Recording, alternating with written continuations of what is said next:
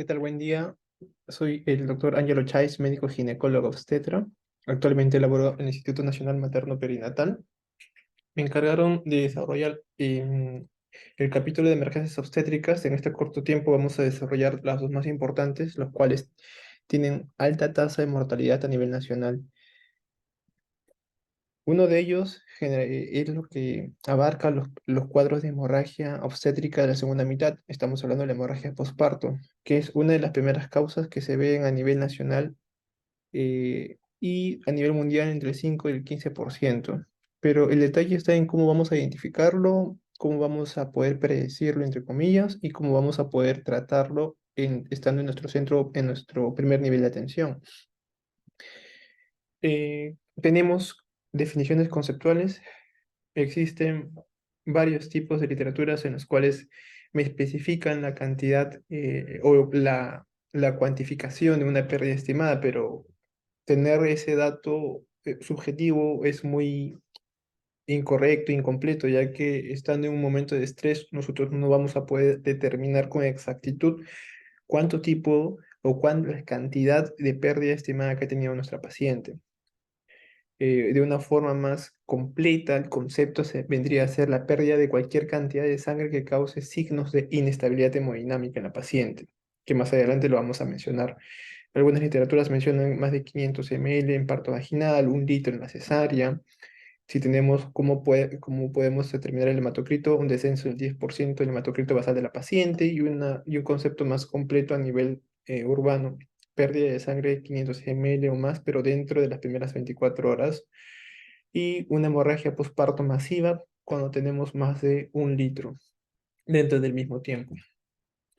Entonces, sabemos que dentro de las causas, ya lo conocemos, las 4T, y dentro de esas 4T, entre el 80 y el 90% tenemos la atonía uterina. Pero nosotros, ¿cómo podemos anticiparnos, poder predecir qué paciente o qué otra paciente nos va a poder o va a tener el riesgo de poder desarrollar este tipo de alteraciones? Tenemos que ver los factores de riesgo. En este caso vendrían a ser las pacientes con embarazos múltiples, pacientes con polidramios, pacientes con fetos con tendencia a la macrosomía, cuando se escapa más del percentil 95. Entonces, todo lo que me implique aumento del volumen uterino o distensión uterina me va a causar lo que es en el periodo del parto una atonía uterina. Como a su vez también tenemos pacientes con riesgos de infección. Nuestras pacientes que tienen las condiciones que viven a nivel rural generalmente no tienen esa educación médica en cuanto a lo que es la diferencia de pérdida de líquido. Entonces nosotros siempre tenemos que orientarle bien en cuanto a las características, la cantidad y el olor, el cual nos pueden avisar a nosotros en cuanto a las consultas o en las emergencias, en las urgencias que nosotros podamos tener a nivel de nuestro centro de atención. A su vez también tenemos la fiebre, todo lo que me va a conllevar a un cuadro infeccioso uterino, que me va a inhibir también la contracción uterina, me puede causar lo que es atonía uterina. Como también tenemos agotamiento muscular. No mucho vamos a ver el parto prolongado, eso más que todo lo podemos ver en aquellas pacientes a nivel urbano, pero sí un parto precipitado a nivel rural, que es la mayoría de las pacientes que tenemos nosotros en nuestro país, que generalmente el trabajo de parto no tiende a prolongarse más, generalmente. Y sobre todo la multiparidad, que es uno de los principales factores de riesgo a nivel de la sierra y también de la selva. Entonces, todos estos factores me va a conllevar a lo que es la atonía uterina, que es una de las principales causas que me conlleva pues, a un cuadro de hemorragia posparto. A su vez también tenemos las otras T, como la presencia de tejidos, la retención de tejidos, ya que tenemos aún la persistencia de los partos domiciliarios en los cuales el alumbramiento se hace de una forma incorrecta e incompleta y me va a conllevar pues a la retención de restos placentarios, y a su vez esto me puede condicionar infecciones o cuadros pues de sangrados por la presencia de estos restos a nivel uterino. El acretismo placentario obviamente no lo vamos a ver generalmente a nivel rural, pero siempre haciendo una buena historia clínica podemos nosotros entrar a tallar qué pacientes han sido intervenidas en cuanto a procedimientos menos invasivos, como son las pérdidas recurrentes como los abortos, que pueden haber presentado un manejo médico, ya sea un AMEO o un legrado. Esos también pueden causar este tipo de lesiones que me van a conllevar lo que es el acretismo, cirugías previas también. Y el trauma, sobre todo el trauma, a veces pasa muy desapercibido cuando nosotros nos centramos y focalizamos mucho nuestra atención en este tipo de emergencias en el cuadro de las atonías uterinas. Estamos tan concentrados y focalizados que no podemos revisar a detalle y de una forma completa el canal vaginal, ya que en este tipo de pacientes que nos hacen parto precipitados a veces, y la mayoría de las veces nos hacen lo que es lesiones del canal vaginal, que a su vez me va a conllevar pues un sangrado persistente y más que todo tardío, ¿no? Que la paciente poco a poco durante el puerperio inmediato me va a conllevar pues un cuadro de inestabilidad hemodinámica. Por eso siempre es necesario ante este tipo de factores de riesgo tomarse la molestia, aunque sea unos 5 minutos, revisar adecuadamente el canal de parto y realizar pues puntos hemostáticos. Y lo que a veces también pasa muy desapercibido cuando uno no puede tener una correcta alumbramiento, entonces vendría a ser lo que es la inversión uterina, que esto es pues un cuadro catastrófico que vendría a realizarse pues la intervención en sala de operaciones en un centro de mayor complejidad, ¿no? Entonces, siempre hay que tener en cuenta estas causas, pero al tener en cuenta las causas, nosotros podemos de cierta forma predecirlo con los factores de riesgo que obviamente nos dice pues este cuadrito que lo referencio como la FLASOG que tenemos en la Federación Latinoamericana de Ginecología y Obstetricia. A su vez también tenemos los trastornos de la coagulación, que es el menor porcentaje, entonces también obviamente eso hay que entrar a tallar si la paciente ha tenido pues trastornos de coagulación en su etapa pregestacional, como lo más frecuente vendría a ser la enfermedad de von Willebrand. Entonces, sabemos la patogénesis porque es importante porque a nivel fisiológico y a término, una paciente gestante tiene un flujo sanguíneo uteroplacentario de 600 ml por minuto. Eso pues implica que mientras más nosotros pues nos demoremos en cuanto a lo que es el alumbramiento, imagínense cuánto tiempo y qué cantidad de sangre puede perderse en ese periodo. Y a su vez, obviamente, tenemos que todo eso me va a conllevar a que no haya una adecuada contracción memetrial o los factores de coagulación estén pues alterados. Ya que un cuadro de hemorragia masiva pues viene, como consecuencia viene afectando los factores de la coagulación. Entonces nos centramos generalmente en los criterios diagnósticos que generalmente son clínicos. De todo esto lo que podemos ver siempre hay que hacer referencia e hincapié en el cuadro clínico. O sea, podemos tener una pérdida, una apreciación subjetiva, una pérdida estimada de más del 25% de la volemia, descenso del hematocrito más del 10%, pérdida aproximada de 150 ml por minuto durante 20 minutos, descenso de la hemoglobina en 4. Y sobre todo, y lo más importante, los cambios hemodinámicos que me van a desencadenar la presencia de síntomas. ¿Qué síntomas? Debilidad, vértigo, síncope, signos de hipotensión, taquicardia u oliguria. Y lo cual estos datos van a estar presentes cuando la paciente ya ha perdido una cantidad importante de sangre. Entonces, este, de una forma detallada y de forma más subjetiva, un cuadro de pérdida estimada de sangre. Nosotros en una paciente con un peso pregestacional de 50 a 70 kilos, la FLASOC dividió en tres categorías el cuadro de shock hipovolémico en la gestante, el cual hace como referencia una apreciación subjetiva del 16 al 25% y lo relaciona lo cuantifica en cuánto es la pérdida de 26 al 35% y mayor de 35%, pero sobre todo aquí viene la afección. Estando en un cuadro de shock primario leve, vemos que uno de las clínicas de los trastornos del sensorio que generalmente la paciente se va a ver normal, pero puede estar agitada. En cuanto a la perfusión, la paciente va a comenzar a presentar palidez y frialdad y el pulso y las presiones arteriales generalmente se ven posterior al cuadro clínico que nosotros podemos identificar de primer momento. Es decir, la parte de las funciones vitales se va a alterar de una forma precoz, al igual que la parte clínica, pero entre el monitoreo de estas funciones vitales, siempre hay que tener hincapié en cuanto a la ectoscopía de nuestros pacientes. Es lo que nos va a avisar a nosotros y posteriormente nos va a corroborar pues, en cuanto a las alteraciones de las funciones vitales. Un cuadro de shock moderado, la paciente, el trastorno del sensorio lo vamos a ver más agitada, y en cuanto a la perfusión, lo vamos a ver más pálida, frialdad, y obviamente se va a agregar lo que es el cuadro de diaforesis y la sudoración, con alteraciones del pulso y las presiones arteriales. Y un cuadro severo es un cuadro que obviamente ha perdido más del 35% de la volemia, la paciente ya va a estar más letárgica, inconsciente. En cuanto a lo que es la perfusión, se va a agregar pues alteraciones en cuanto al llenado capilar. Ahora, existe un índice de shock que se forma, que puede calcular de una forma directa, de una forma muy rápida, que también aconsejan la FLASOG, en cuanto a nosotros podemos predecir y anticiparnos qué pacientes obviamente van a hacer pues, el cuadro de shock, shock hemodinámico obstétrico. Entonces, ellos mencionan, tiene una sensibilidad baja menos del 70%, pero de cierta forma es lo que tenemos a la mano, la parte clínica que tenemos a la mano, y obviamente es la relación entre la frecuencia cardíaca sobre la presión arterial sistólica. Lo normal en la paciente obstétrica vendría a ser de 0,7 a 0,9. Valores superiores ya no están considerados anormales, como pueden ver en este cuadro, ¿no?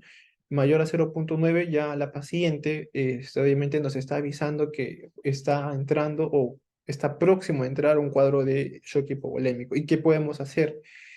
Entonces, hacemos lo siguiente.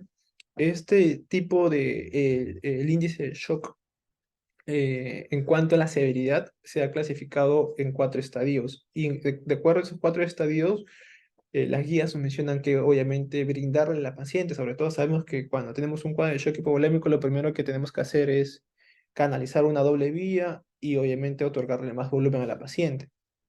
Cuando tenemos un índice de shock menos de 0,6, tenemos que darle cristaloide de 0,6 a menor de 1, cristaloides, y obviamente cuando tenemos mayor a 1, pero menor de 1,4 cristaloides, y ya debemos pasarle hemoderivados, que esto ya lo vamos a hacer en un centro de mayor complejidad que cuente con un banco de sangre. Luego en un estadio 4, obviamente la paciente ya debería estar en un cuadro de hospitalización. Entonces, ¿qué intervenciones efectivas eh, para prevenir la hemorragia postparto tenemos? Menciona lo siguiente, ¿no? Primero, obviamente, la administración adecuada, correcta y oportuna de uterotónicos antes, durante e inmediatamente después del nacimiento. Un pinzamiento y sección del cordón umbilical. Esto nos hace referencia a un alumbramiento dirigido, ya que al momento de usar oxitocina ya tenemos el alumbramiento dirigido. Y la tracción continua y controlada del cordón umbilical para la extracción placentaria y evitar un tercer periodo de parto prolongado.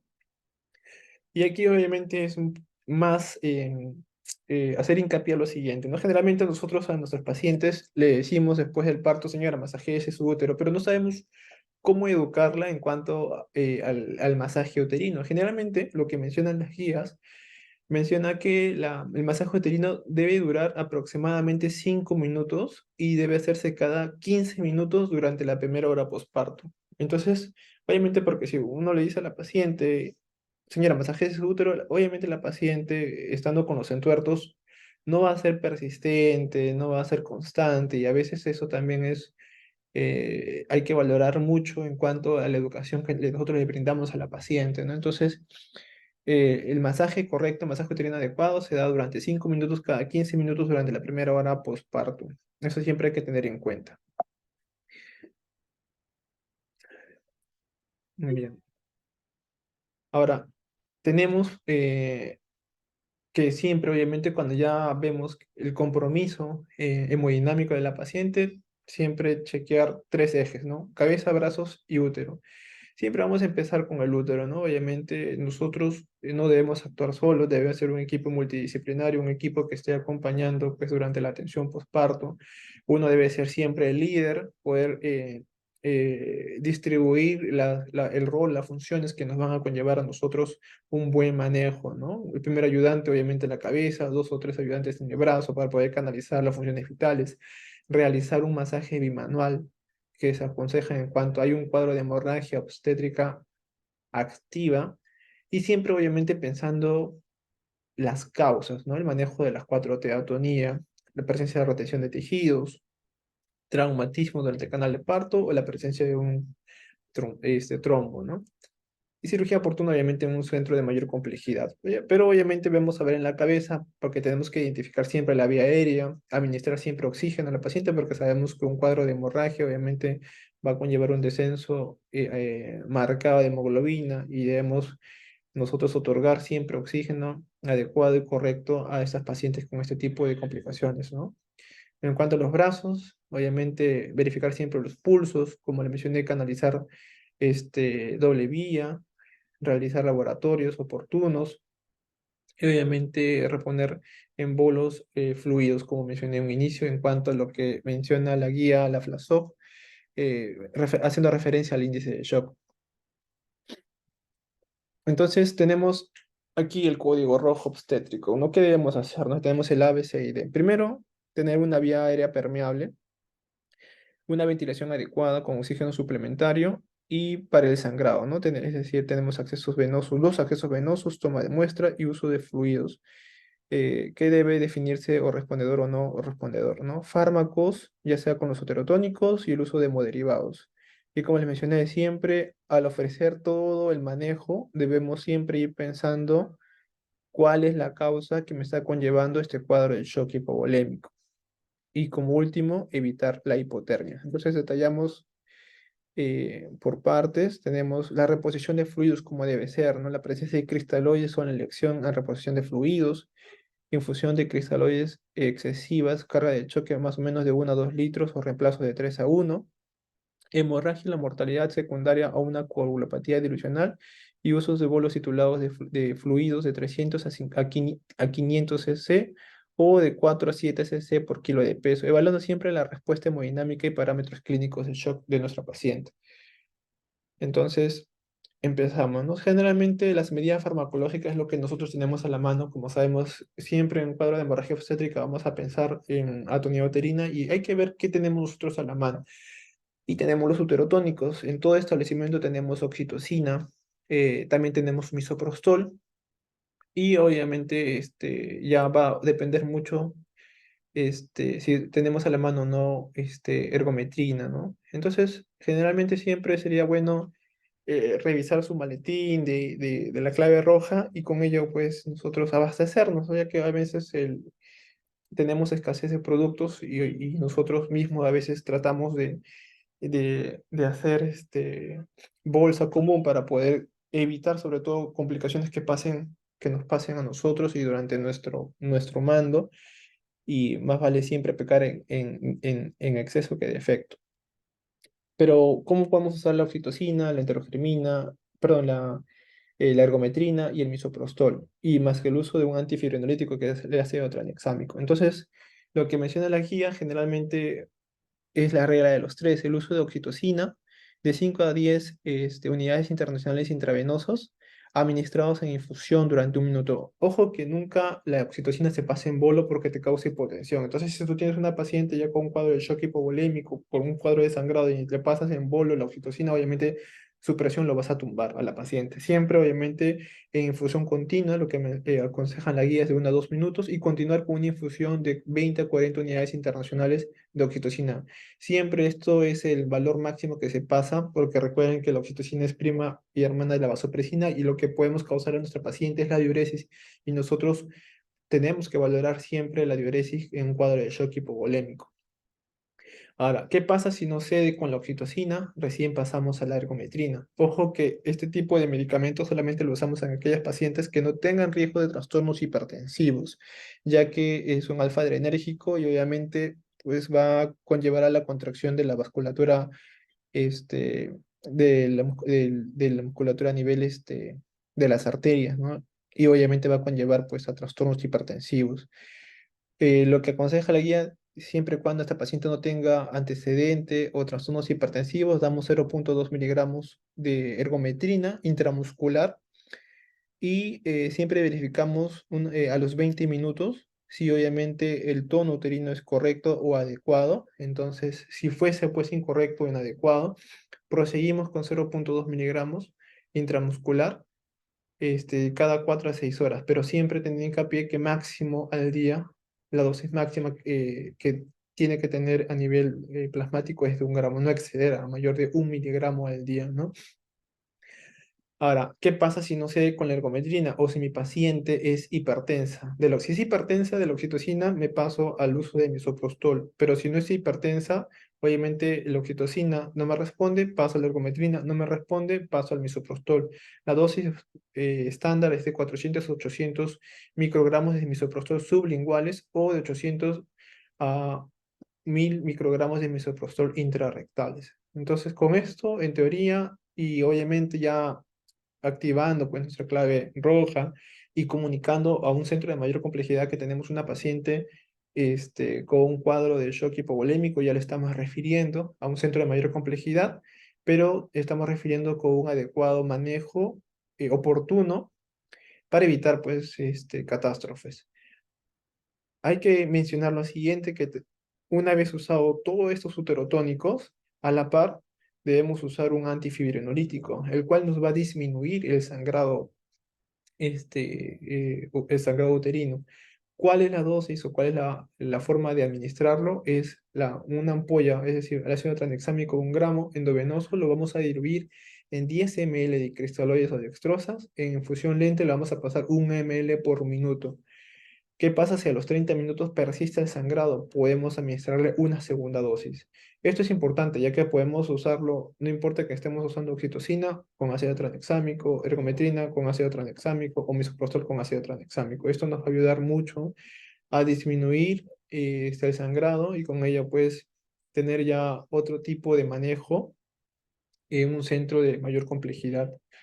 Hemoderivados, obviamente aquellas instituciones o centros que tengan pues un banco de sangre, siempre hay que tener eso a la mano.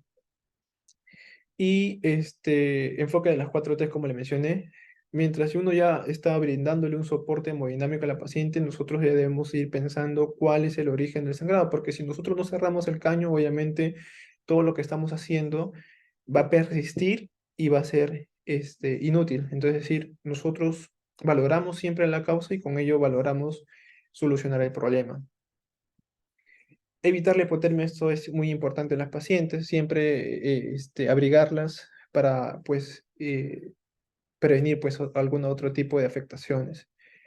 Entonces, esto es a grosso modo lo que nosotros debemos realizar en nuestro centro de atención. Esto es un cuadro esquemático, un cuadro de resumen, lo que le he mencionado, en aquellas pacientes con shock hipovolémico, una mujer con hemorragia genital, establecer el grado, es decir, el grado del shock hipovolémico, utilizando el cuadro de clasificación del shock hipovolémico y siempre activar el código rojo, ¿no? Siempre pedir ayuda porque con un solo personal de salud no basta solucionar este tipo de complicaciones, ¿no?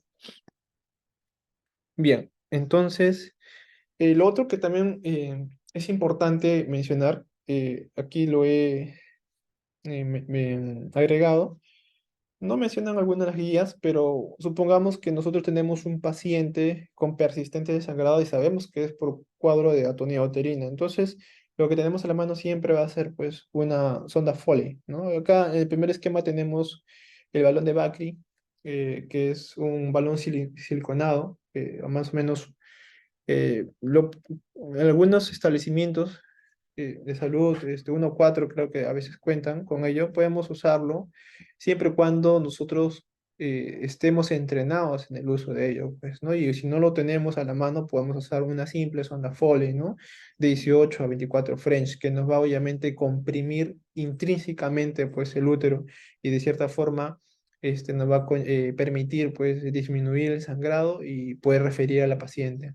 Entonces, siempre es un apoyo al mano, siempre y cuando haya personal capacitado que nos pueda pues, orientar en qué momento y cuándo usarlo, ¿no? Y generalmente eso lo usamos cuando después de todo el proceso de medicación no ha tenido pues resultado y el paciente ya no ha respondido a ello y estamos teniendo un cuadro de referencia de forma inmediata, ¿no? En cuanto a lo que es el otro tipo de emergencia obstétrica tenemos lo que día a día siempre atormenta a todas nuestras gorditas, ¿no? Lo que son los trastornos hipertensivos. Entonces, a grosso modo y de forma más resumida, el manejo de la preeclampsia y el diagnóstico en el primer nivel de atención. La epidemiología breve, sabemos, de cada 10 gestantes, una siempre va a desarrollar este tipo de trastornos. Aquí tenemos un cuadro a nivel nacional donde el 2021 hemos tenido pues este tipo de alza cuando ya estábamos en disminución, más o menos se correlaciona con la época del COVID eh, que pasó pues ya hace más de tres años. Y dentro de la mortalidad materna, como le dije, siempre la que va a entrar, la que siempre va a estar encabezada van a ser las hemorragias obstétricas, ¿no? Y a su vez el segundo puesto siempre se va a llevar lo que es los cuadros hipertensivos. Pero esto más que todo es a nivel urbano que rural.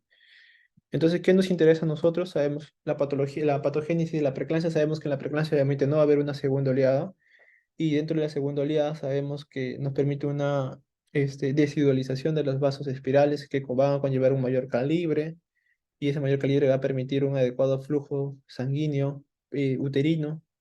Y al no haber una segunda oleada, esto se va a abolir y van a haber trastornos de los factores angiogénicos con antiangiogénicos. La fisiopatología ya todos lo sabemos, pero siempre es bueno repasar que la preeclampsia obviamente se va a presentar por encima de las 20 semanas. ¿Por qué motivo? Porque sabemos que la segunda oleada en teoría debería acabar a las 20 semanas y sabemos que en estas pacientes no presentan pues una segunda oleada. Obviamente siempre hay que tener en cuenta los factores de riesgo que van a ser importantes en todo proceso obstétrico. Si nosotros valoramos muy bien los factores de riesgo, estamos valorando qué podemos predecir al final o durante el embarazo de nuestras pacientes, ¿no? Entonces, estos factores de riesgo, como la NICE lo menciona, en el 2019 tenemos moderado, es decir, aquella paciente en su primer embarazo, extremos de la vida, 40 años de edad, periodos intergenésicos más largos, la presencia del índice de masa corporal, antecedentes familiares de preeclampsia y sobre todo los embarazos múltiples. Factores de alto riesgo tenemos aquella paciente con enfermedad hipertensiva durante un embarazo anterior, enfermedad renal crónica, enfermedades autoinmunitarias, endocrinopatías como la diabetes y la persistencia o la presencia de una hipertensión crónica. Entonces, siempre cuando hacemos nuestros controles prenatales, tomarnos siempre la molestia de poder preguntar adecuadamente qué tipo de complicaciones ha tenido nuestra pacientes y con ello siempre hacer un adecuado control de manejo. Esto es de manera de resumen de cómo nosotros diagnosticamos preeclampsia. Sabemos que ya no es necesario tener proteinuria a las 24 horas. Obviamente basta con las tomas de presiones arteriales o cualquier daño de disfunción de órgano blanco que pueda tener la paciente. Pero esto lo vamos a ver pues en aquellos centros que cuenten con laboratorio. En centros de primer nivel de atención que no tenemos laboratorio, netamente vamos a tener que valorar siempre las presiones arteriales, los factores de riesgos que son varios, como ya lo han visto, y las presiones arteriales que deben ser correctamente tomadas. Paciente en descanso de 5 minutos sentada y tomar siempre el registro en los dos brazos, siempre los brazos a la altura del corazón. Y vamos a tener siempre como eje eh, primordial el que registre mayor presión arterial, cualquiera de los miembros. Es decir, si yo tomo de ambos brazos y el que me registra más es el brazo izquierdo, ese va a ser mi patrón de seguimiento de las presiones arteriales. En cuanto al diagnóstico, ya ha ido avanzando durante el tiempo, más que todo las guías que generalmente hago referencia, la ICOG y la NICE, son guías referenciales que siempre usamos nosotros como referencia para el desarrollo de nuestra guía institucional. Y menciona los registros, eso no ha cambiado, ¿no? Presión sistólica de 140 y la diastólica en 90 por un tiempo mínimo de 4 horas y un tiempo máximo de 7 días. Es decir, si nosotros tenemos un seguimiento adecuado a nuestra paciente, si lo tomamos en un tiempo separado de 5 días, 6 días y tiene estos registros, y nosotros ya estamos detectando trastornos hipertensivos, siempre y cuando pasen las 20 semanas. Las proteinuria, obviamente ver factores de riesgos, ver este tipo de toma clínica de las presiones arteriales y referimos a nuestra paciente a un establecimiento que cuente con laboratorio para hacer un seguimiento adecuado y poder referir la atención y los controles prenatales, ya que pasadas las 20 semanas, las pacientes preclámpticas que no han sido identificadas antes de las 13 semanas y no se ha podido administrar la aspirina, va a tener una complicación que sea atendida en un centro de primer nivel de atención que no cuente con laboratorio o seguimiento adecuado. El manejo, ¿qué hago con mi paciente ante un cuadro de una hipertensión crónica, ¿no? Antes del embarazo, diagnosticada antes del embarazo de las 20 semanas, tenemos la hipertensión crónica asociada con resultados materno-fetales adversos, accidentes de ACV, bajo peso al nacer, estricto control de las presiones arteriales, monitoreo de crecimiento fetal. Esto ya es un eje primordial, ya que se ha hecho pues hincapié a nivel MINSA el monitoreo del crecimiento fetal, porque sabemos que la fisiopatología de la preeclampsia con la restricción de crecimiento intrauterino siempre van de la mano y son las mismas, ¿no? Como pueden ver en 2019, ya el, la EICOG y la NICE, sobre todo la NICE considera como el factor de severidad la restricción de crecimiento intrauterino. Si antes nosotros teníamos como literatura la restricción de crecimiento uterino y luego posteriormente se retiró, nuevamente se ha vuelto a incorporar como unos factores de severidad, ¿no? Entonces, como a nivel de disfunción placentaria. Entonces, hay que tener pues siempre un control adecuado en cuanto al monitoreo de crecimiento fetal. En el centro de primer nivel de atención, obviamente no contemos con ecógrafo, siempre valorar lo que es la altura uterina, pero haciendo un adecuado Leopold, ¿no? El adecuado Leopold sabemos que lo hacemos a partir de las 28 semanas, pero siempre valorar también el crecimiento paterno y materno para que no confundir la restricción de crecimiento uterino con lo que es un pequeño para la edad constitucional. Entonces, detener los tratamientos antihipertensivos si es que una paciente gestante con hipertensión crónica lo está tomando, ya sea para las mujeres que hayan tomado los YECAS o los Arador, y ofrecer otras alternativas como el nifedipino, un calcio antagonista, un alfa adrenérgico como la metildopa, ¿no? El control objetivo de la presión arterial siempre tiene que ser estricto. Este es el control que las pacientes con hipertensiones arteriales obstétricas deberían tener. Por debajo de ellas es lo adecuado, por encima de ellas es lo inadecuado, lo incorrecto y debería tener un manejo ya antihipertensivo. Siempre ofrecer tratamiento si no está con antihipertensivos o la presión arterial esté por encima de lo establecido, ¿no? Entonces, como le mencioné en un inicio, aquellas pacientes con hipertensión crónica ya tienen un factor de riesgo. Como factor de riesgo mayor, sabemos que nosotros usamos aspirina de 75 a 150 miligramos. La literatura menciona 150 miligramos a partir de las 12 y 16 semanas de gestación antes que empiece la segunda oleada, durante las noches siempre, ¿no? Y citas semanales para un registro de presión arterial, obviamente adecuado, ¿no? En la hipertensión gestacional, los resultados en el embarazo normalmente son buenos, pero aproximadamente el 25% va a desarrollar preeclampsia, ¿no? El 25% de estos cuadros de hipertensión gestacionales van a desarrollar preeclampsia, particularmente antes de las 34 semanas. Y obviamente los resultados van a ser pues, catastróficos. La presión arterial tiene que variar de 140 a 159 y de 90 a 109 la sistólica y la diastólica respectivamente. Se pueden controlar como la paciente ambulatorio con medición de las presiones arteriales y una tira reactiva de orina 1 o 2 veces por semana. Análisis de sangre semanales y ecografías de 2 a 4 semanas para la evaluación fetal. Esto ya viene a ser un manejo en un centro de salud, ¿no? Y que cuente con ecógrafo y un médico capacitado que me pueda tomar bien y adecuadamente la biometría fetal. Como le digo, una de las criterios de severidad que se ha establecido en 2019 por la NICE es la restricción de crecimiento uterino, intrauterino. Entonces, si yo tengo a mi paciente con factor de riesgo, encima con hipertensión, teniendo mi analítica normal, pero mi crecimiento fetal está por debajo del percentil adecuado, percentil 10, entonces nosotros ya estamos teniendo como un aviso que mi paciente está entrando en un cuadro de trastorno hipertensivo preeclampsia. Y esta paciente ya debe ser derivada a un hospital que me cuente con intermedios neonatales, UCI neonatal y sobre todo una UCI materna, ¿no? Entonces, esta paciente ya no no puede ser evaluada, controlada en un establecimiento uno o 2, ya tiene que ser evaluada en un establecimiento 3 para arriba. Tenemos también que considerar un tratamiento farmacológico si las presiones arteriales se mantienen por encima de 140/90, recomendado siempre el nifedipino o la metildopa.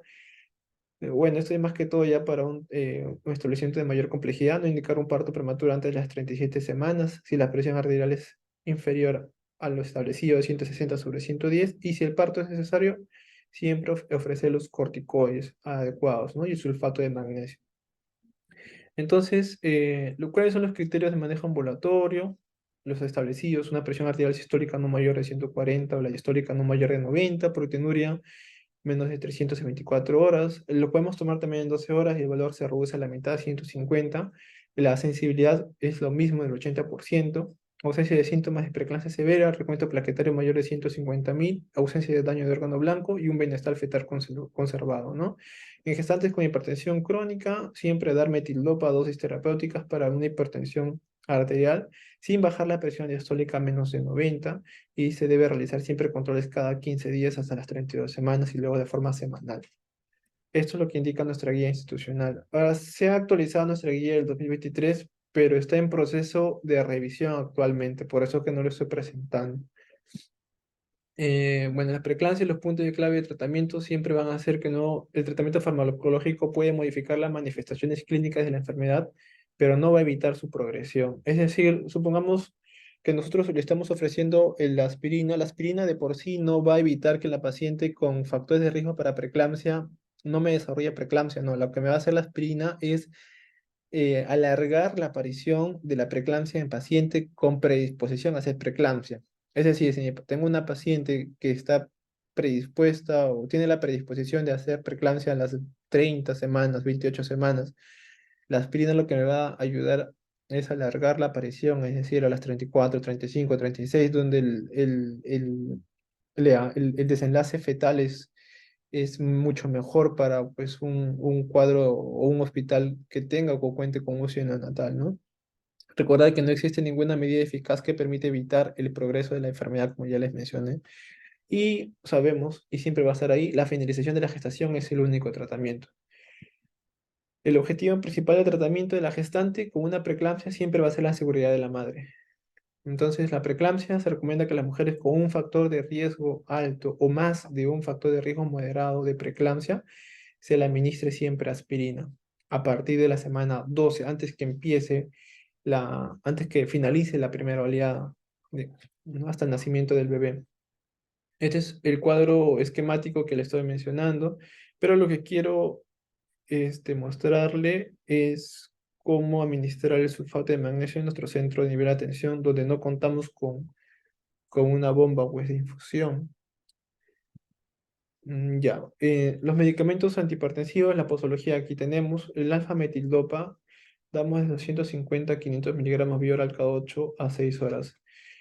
Ojo, no hay que dar la metildopa cada 12 horas. Las revisiones bibliográficas mencionan cada 8 horas, porque a veces vemos errores en cuanto a la administración de la metildopa cada 12 horas y luego el registro de las presiones que lo ven, pues cuando ya se acaba cuando el tiempo de efectividad de la metildopa ha pasado de las 8 horas y se registran las presiones fuera del margen terapéutico, obviamente las presiones las vamos a encontrar alterado y vamos a tener el error de administrarle pues más dosis de metildopa. O sea, las guías siempre mencionan, ¿no? El metildopa lo podemos dar cada 8 o cada 6 horas, de preferencia cada 8 horas. Nifedipino siempre 10 miligramos vía oral cada 8 horas, nifedipino de acción prolongada. Esto no lo tenemos pues en un centro de nivel de atención, pero sí el sulfato de magnesio, el esquema que siempre vamos a usar y usamos actualmente es el esquema SUSPAN modificado, ¿no? Que es una dosis inicial de 4 a 6 gramos endovenoso durante 20 minutos y en mantenimiento lo pasamos a 1 o 2 gramos por hora hasta las 24 horas postparto, siempre y cuando verificar signos de intoxicación por sulfato de magnesio, la frecuencia respiratoria, los reflejos. Entonces, lo que les quiero, el manejo, cómo manejamos un cuadro de hipertensión severa, ¿no? Entonces, lo que tenemos a la mano, no vamos a tener la betalol, no vamos a tener hidralazina, pero sí vamos a tener nifedipino. Un cuadro de hipertensión severa, obviamente, el primer minuto damos 10 miligramos de nifedipino. Verificamos al minuto 10 las presiones arteriales. Si vemos que las presiones arteriales, obviamente, están anormales, ya sea más de 160, la sistólica o la diastólica mayor de 110, otorgamos otra dosis de nifedipino, pero ya no de 10 miligramos, sino de 20 miligramos. Verificamos a los 30 minutos nuevamente las presiones arteriales y vemos persistencia de este cuadro hipertensivo, agregamos 20 miligramos más, ¿no? Entonces, es lo máximo que podemos usar hasta el minuto 40 en un cuadro de hipertensión arterial obstétrico. Bueno, indicación, parto prematuro, un centro de mayor complejidad, los criterios ahí mencionados. Y igual, ¿no? Consideraciones para un primer nivel de atención.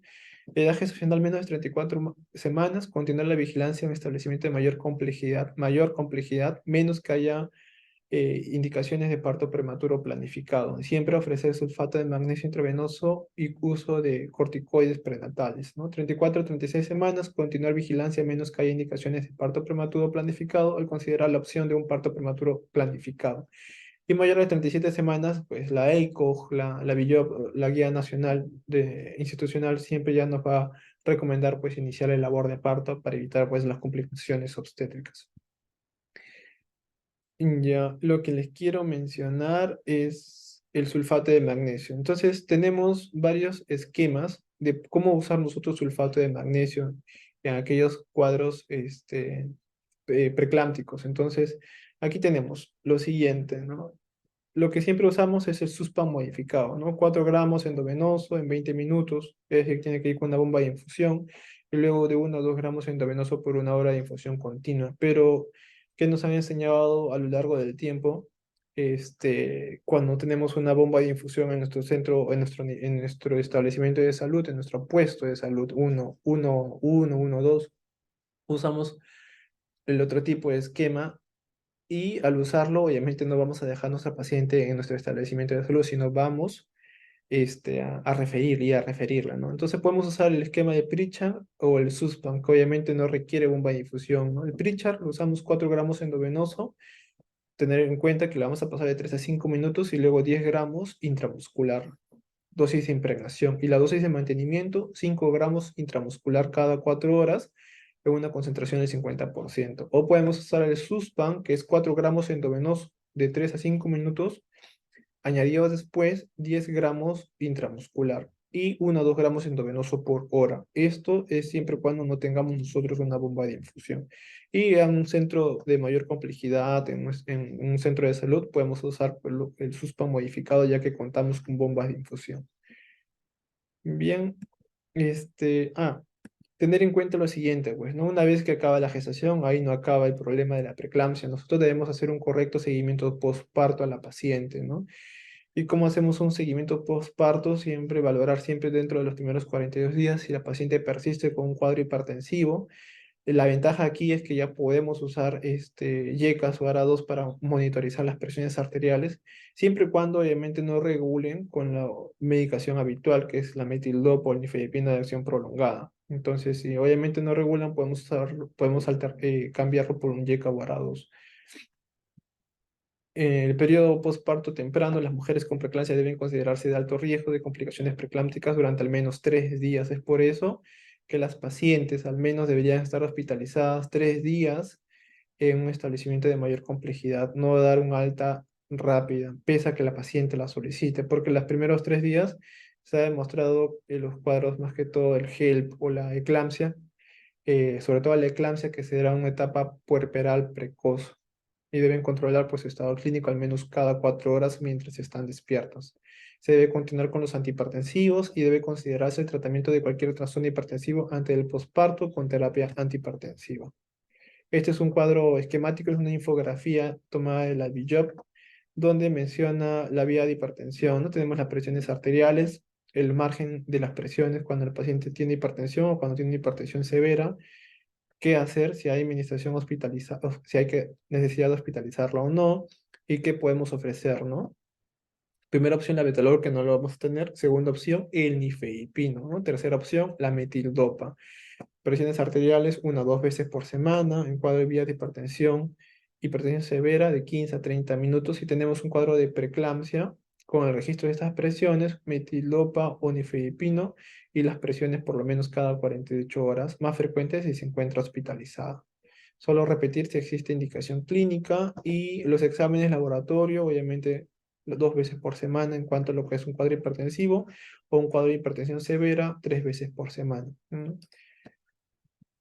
Es lo mismo, este, es la parte ya para un manejo hospitalizado de la paciente.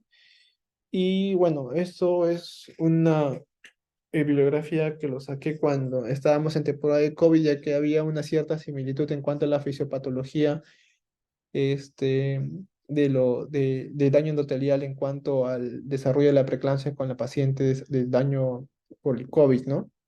El fin de este gráfico es solamente mencionar que nosotros podemos usar sulfato de magnesio o tocolítico en pacientes con COVID.